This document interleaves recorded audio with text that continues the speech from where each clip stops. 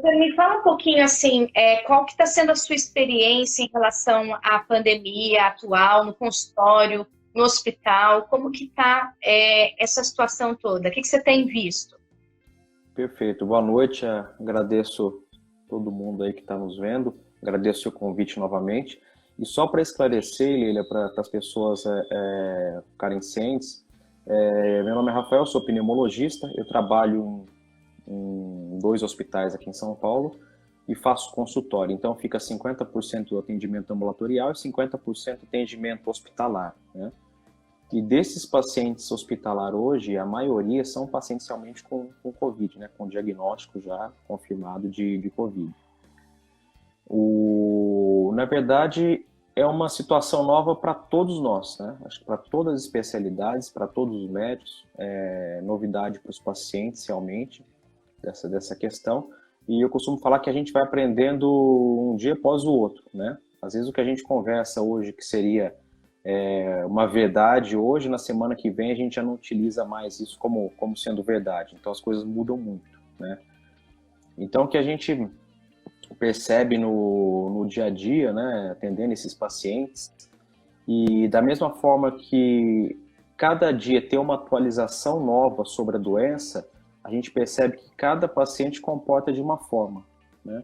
Cada Ah, paciente comporta de uma forma, então a maioria, 85% das pessoas, né, não vai precisar de internação hospitalar, vai tratar em casa, vai utilizar medicação sintomática. Outras pessoas, média de 30%, serão pacientes assintomáticos, que eles vão ter o vírus, mas eles não vão ter sintomas, né? E desses 15%, eles vão internar.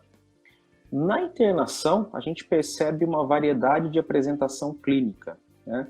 Desde aquele paciente que você trata em uma enfermaria, e os pacientes que precisam de ser encaminhados para UTI, pacientes que precisam de intubação, paciente que precisa de ventilação invasiva, né? Então, isso é muito...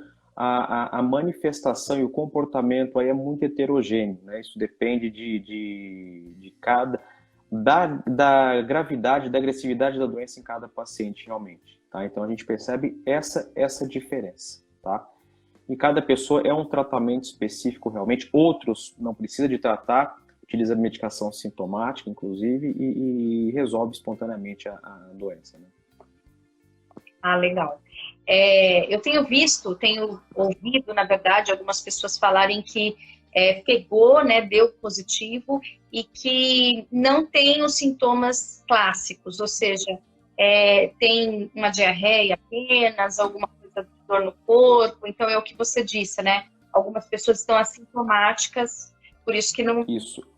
não A parece. gente exatamente. A gente sabe que tem pessoas que não têm sintoma algum. É muito comum, só para ilustrar o que você está falando, às vezes eu atendo paciente em consultório que chega com um diagnóstico de Covid ou com um quadro muito sugestivo, a gente acaba fazendo o diagnóstico, e aí pergunta para a pessoa em casa, como é que está seu marido, sua esposa, seus filhos, seus pais?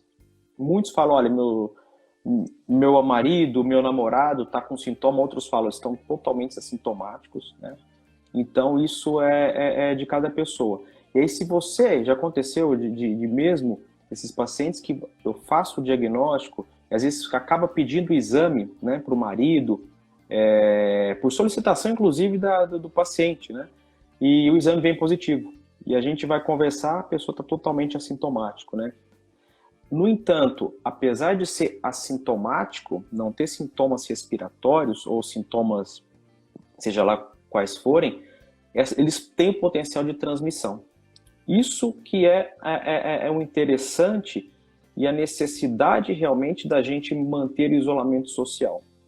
Principalmente para isso, porque quando você está com a pessoa e ela está com sintomas respiratórios, você acaba tomando os cuidados necessários.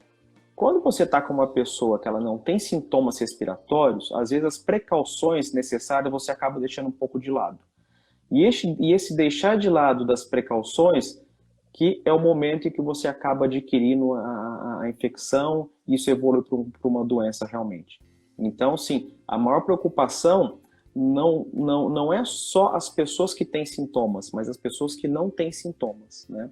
Por isso que tem a questão da quarentena, né? Então, você convive com uma pessoa, aquela pessoa tem um diagnóstico, você está tendo o diagnóstico? Não tem o diagnóstico, não estou sentindo nada, mas precisa ficar 14 dias isolado, por quê? Porque nesse período de 14 dias tem o potencial de ter uma manifestação da doença.